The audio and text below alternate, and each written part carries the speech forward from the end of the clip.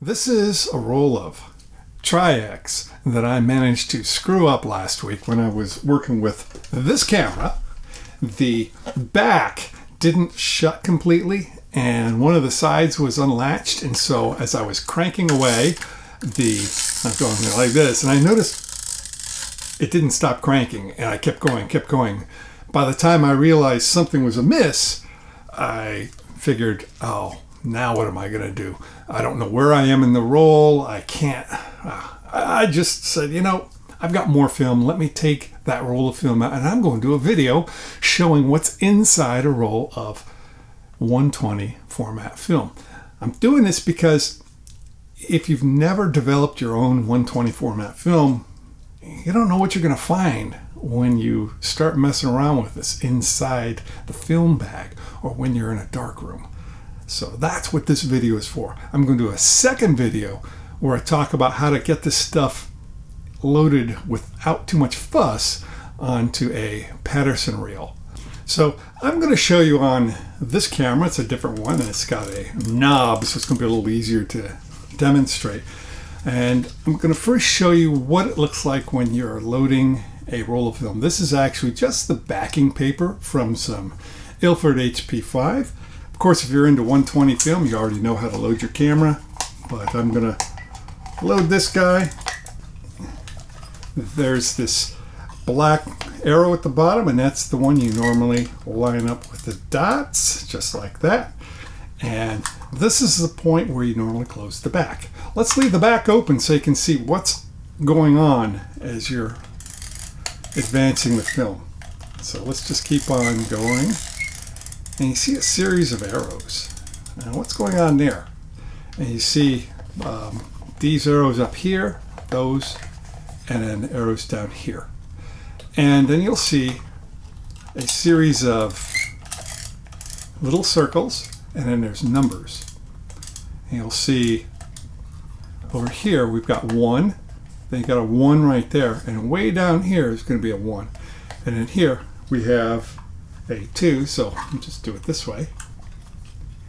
And you can see we've got, just as we load, see that? We've got 1, 2, 3 at the top. In the middle we've got 1, and we're on 2. At the bottom you see we've got 1. What this is this is how you can tell what frame you're on when you're using an old box camera or when you're using like a folding camera. There would be a little window or in the back, a little red plastic window, and depending on whether you're shooting 6x5, that's the top set here, 6x6 or 6x9, the position of the window will show this number, or this number. Crank. And eventually we're going to get to the end, and you see there's this T mark. That's actually where the end of the film would be on the flip side of this. So we're now past the end of the film. Keep going. And this is the point where the roll is done, and you just keep turning. Let's turn another 10 times just to be sure. Then you open the back of the camera and you take this roll of film out. So this is the roll that I messed up the other day, so I have no problem exposing it for the cause here. So we're going to just start by unrolling this, and I'm going to show you what you see as you start working your way through this roll of film. On the back, it's black, and that's a protective layer that's keeping the light from hitting the film.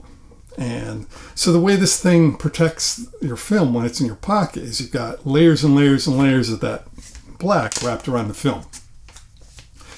And you see, here we go. We've got the that arrow that you normally line up with the dots inside your camera.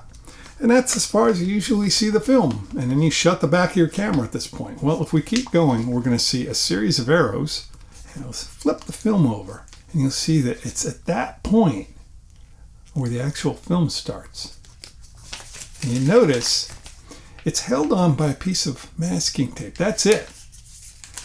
Let me see if I can get this apart here.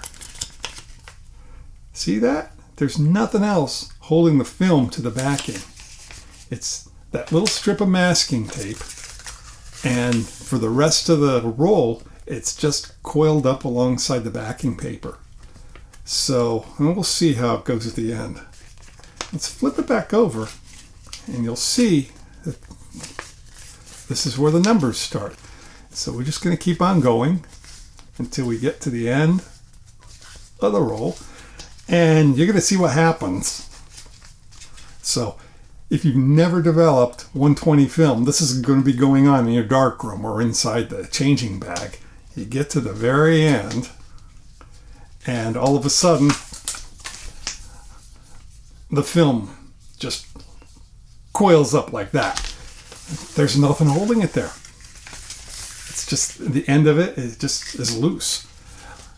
This means you can't, if you do some move like I did where I ran the film through the camera too far and I caught it way too late, don't even think about running it through to the end, turning it around and running it backwards through the camera or something like that. It's not going to work because it's only attached to one end. So that's going to be a mistake. It's not going to work. Wait till you get home, open the camera up in the darkroom and coil it up nicely and you'll be good to go.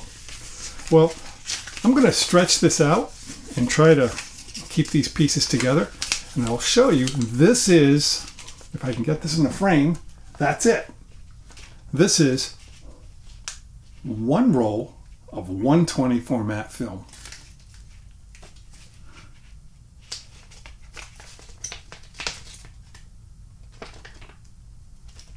There it is. All right. Next time, I'm going to do a video where I take this roll of film and load it onto the Patterson reel. And I'll show you all the different traps you can fall into, which I fell into, and how to keep from making a dog's breakfast of it. With that, I want to say these 120 format cameras are a joy to work with. Especially, I love the 6x6 frame. The square composition, it is a different world. It's so much different than working with 35mm, and I'd just like to encourage you to grab your camera and get a roll of 120 and go out and shoot some film. That's all I got. Thank you for watching.